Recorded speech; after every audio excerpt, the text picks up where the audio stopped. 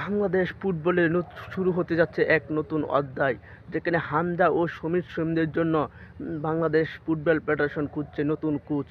কেন বাফুফে এখনও কোচ নির্বাচিত করতে পারেন না, তা বিস্তারিত জানুন প্রতিবেদন।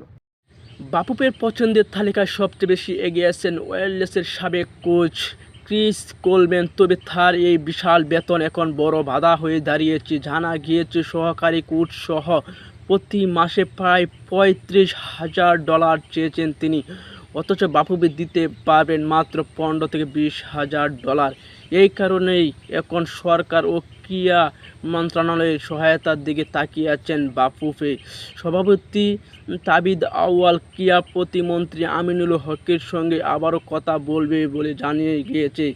তবে অর্থের ব্যবস্থা না হলে শেষ মুহূর্তে বদলে যেতে পারে পুরো পরিকল্পনা। সেক্ষেত্রে কম বেতনে রাজি অন্য কোনো বিদেশি কোচকে বেছে নিতে পারে বাফুফে।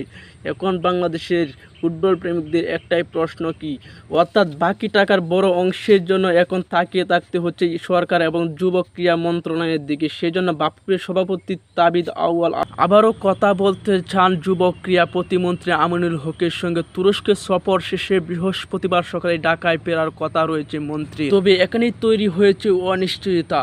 ক্রীড়া প্রতিমন্ত্রী আগে সহযোগিতার আশ্বাস দিলেও ঠিক কত টাকা সহযোগিতা দেওয়া হবে তা এখনও পরিষ্কার নাই। ফলে নতুন কোনো কোচ নিয়ে তৈরি হয়েছে এক ধরনের নাটকীয় পরিস্থিতি।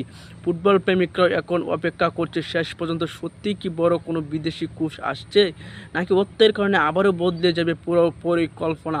বাফুফে একটি সূত্র জানিয়েছে, যদি পর্যন্ত অর্থের ব্যবস্থা না হয় তাহলে ক্রিস কোলম্যানকে বাদ দিয়ে কম বেতনে রাজি এমন কোনো কোচের দিকেও যেতে পারে ফেডারেশন। আর সেখানেই বাড়ছে রহস্য, কারণ শেষ পর্যন্ত বড় ধরনের চমক দেখা যেতে পারে। বাংলাদেশ ফুটবল এমন এক সময় পার করছে যেখানে সঠিক কোচ নির্বাচন পুরো দলের ভবিষ্যৎ বদলে দিতে পারে।